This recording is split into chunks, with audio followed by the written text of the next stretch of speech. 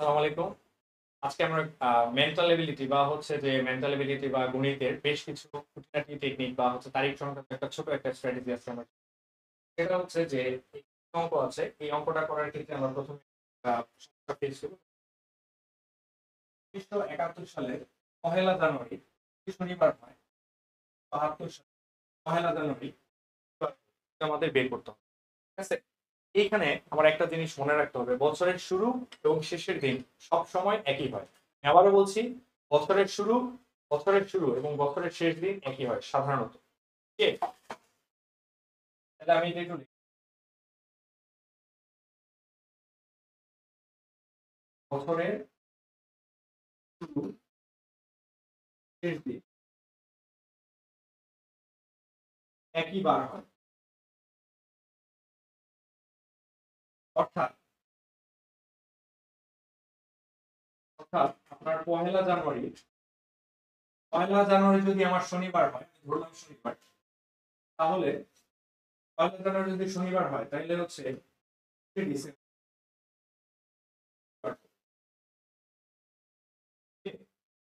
এটা হচ্ছে আমার message। বছরের শুরু এবং বছরের শেষ দিন সেম হবে।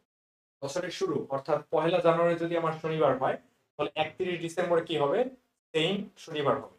কিন্তু সতর্কতা আছে। সতর্কতাটা আমি একটু পরে বলব।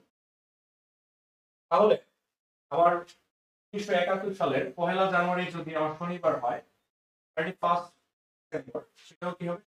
তাহলে তার পরের দিন রবিবার। এটা হচ্ছে ১৯৭১ সাল। ১৯৭১ সালে ইয়ার নেই।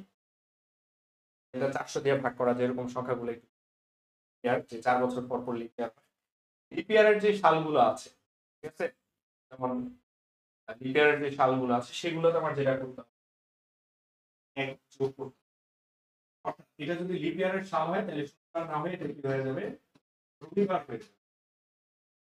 এইখানে রবিবার না হয়ে সেটা কি হয়ে যাবে? সোমবার হয়ে যাবে। ঠিক আছে? অর্থাৎ আমার যখন এই লিপ ইয়ার হবে বা অধিবর্ষ হবে, লিপ ইয়ার অধিবর্ষ হবে, তখন আমাদেরকে একটু সতর্কতা অবলম্বন করতে হবে। অর্থাৎ সেখানে একদিন যোগ করতে হবে। ঠিক আছে?